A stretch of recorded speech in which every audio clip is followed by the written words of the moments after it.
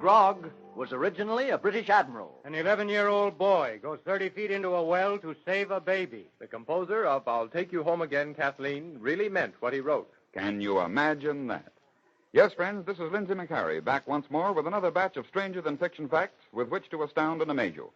We've dug up some more fascinating peculiarities of this old world of ours, and in just a moment or two, my cohorts and I will be back with you to present them.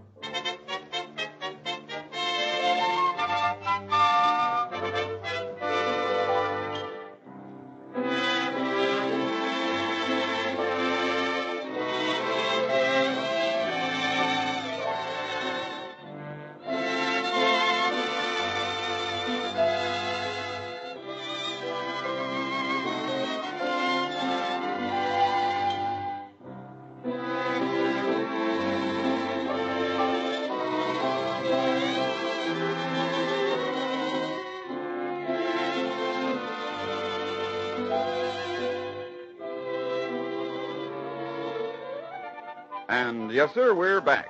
Now, on most of these Can You Imagine That broadcasts, we're going to give you the picturesque origin of some word now in common usage in the English language. The word grog today means any hard liquor or alcoholic beverage. Now, I wonder how many of you know how grog came to possess its present meaning.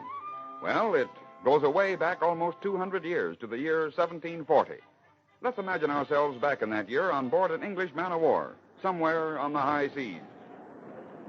Oh, this is a night for work, laddie. You'll be earning your pay in food this night. Wind stirring up the seas like a witch's broth. Hey, look alive there. Old Grog will be coming on deck soon. Oh, look alive. Old Grog? You mean Admiral Vernon? The same, me lad, Admiral Vernon.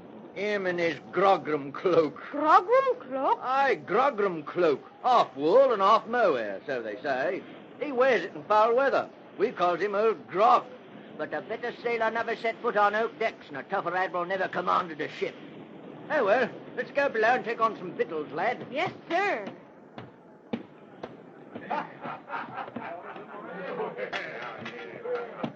I'll move over, matey. Let a man sit down to his supper. Right, laddie, in here. I'm hungry. And I'm thirsty.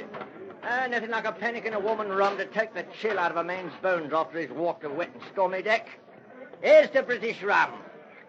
Hey, what's this? What's this? He don't like Who put water in my rum? Foul joke, I calls it, after a man has climbed rope and sail. Who put water in my rum? Admiral Vernon, old Grog. That's a lie. And if I find the one what done it... Now, it's true, mighty. Old Grog's cutting expensive. And cutting rum does the trick, he thinks. Well, I'll be watered rum. Now, ain't that the thing, watered rum? Tain't rum and it tain't water. It's half and half and not fit for either name. I know what we'll call it. Name it after him what thought of it. Grog. That's what it is, grog.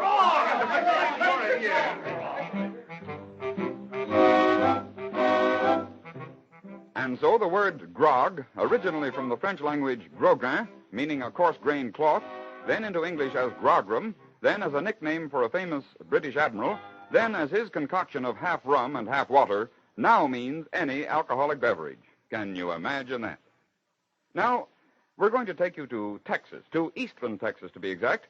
On February 18, 1928, a group of workmen are busy tearing down the old courthouse to make way for Eastland County's new Capitol building. As the cornerstone is about to be removed, one of the interested visitors, County Judge Edward Pritchard, looks on.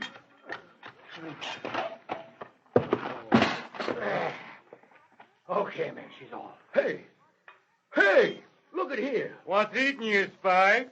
Seen a Gila monster? No, but look at this little old horn toad. Well, ain't you ever seen a horned toad before? Yeah, but this one was in that there cornerstone. What is it, boys? What's the matter? Oh, hello, Judge Pritchard.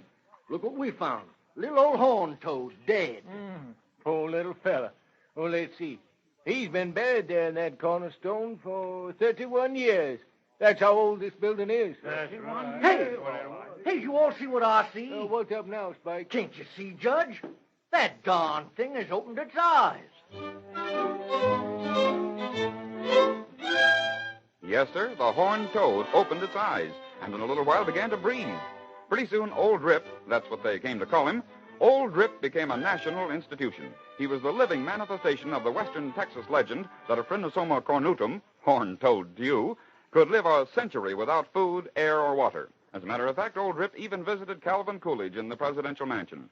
The whole situation became such a national issue that when another horned toad was sealed in the cornerstone of the new Eastland County Courthouse, a group of humane citizens obtained a court order to have him released. Can you imagine that? But, Lindsay, I can't understand how any living thing could live for 31 years without air or food or water. No? Well, that's just what a group of scientists couldn't understand either.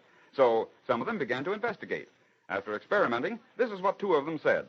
Dr. William W. Mann, director of the National Zoological Park. It's absolutely impossible for Eastland's toad to have lived 31 years in a cornerstone. Dr. G.K. Noble, curator of reptiles in the American Museum of Natural History at New York. It's absolutely impossible for an animal to live without oxygen for any length of time. So there you are. Did Old Rip live 31 years sealed in that cornerstone in Texas? Or didn't he? Well, I'll leave it to you because apparently the scientists and the citizens of Eastland can't agree. Can you imagine that?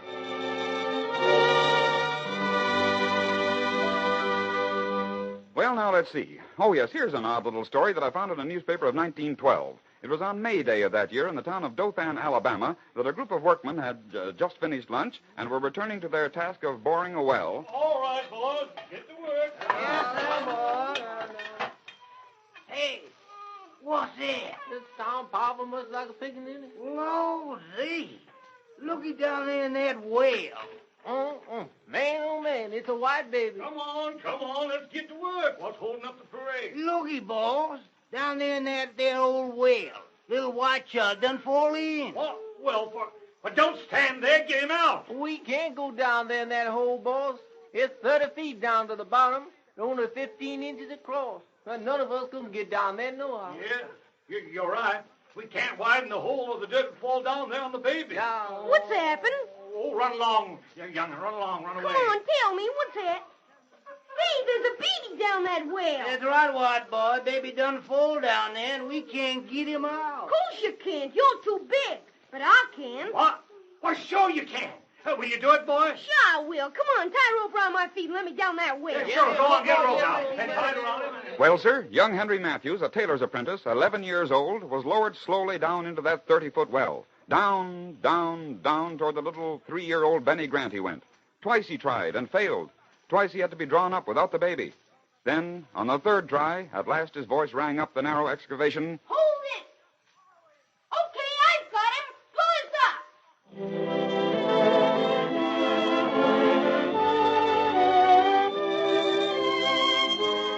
And the two were drawn up to the surface, both safe and uninjured. When the baby's father, bank cashier B.J. Grant, warmly thanked Henry Matthews, Henry said bashfully, Twarn't nothing. But the Carnegie Foundation and Mr. Grant thought differently. For Henry received not only a Carnegie Medal for valor, but a trust fund to provide him with a college education. Can you imagine that?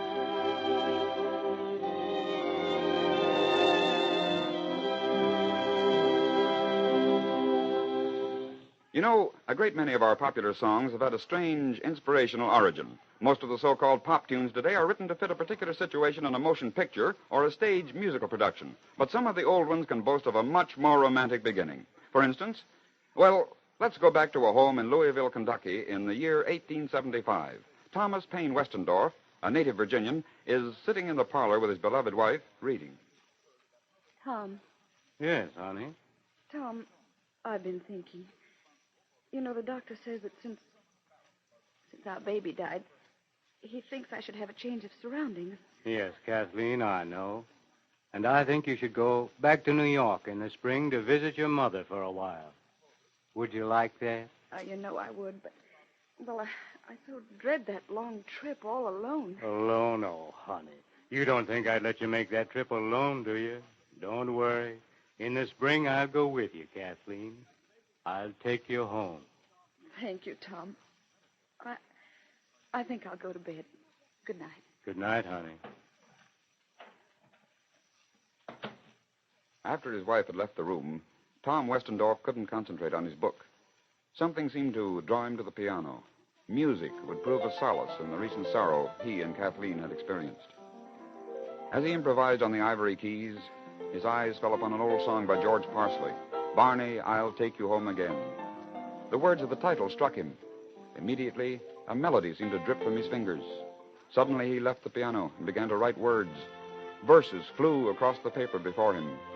And within an hour, Thomas Paine Westendorf had written the words and music of one of our most beloved ballads.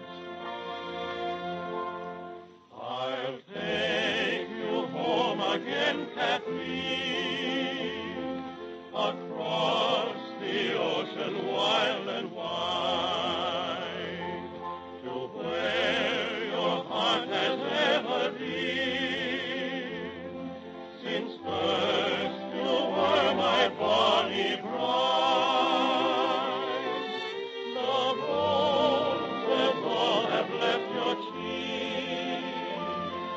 I've watched them fade away and die.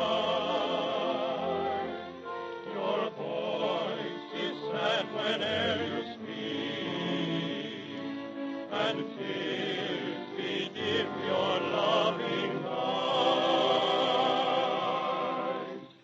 Oh, I will take you back, Kathleen, to where your heart will feel no pain, and when the fields are fresh and green, I'll take you to your home again.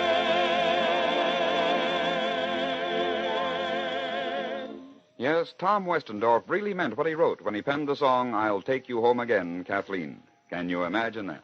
Well, I'm afraid it's time to bid you all farewell again. This is Lindsay McHarry reminding you that we'll be back again soon on this same station with another batch of amazing facts and fancies in the next session of Can You Imagine That?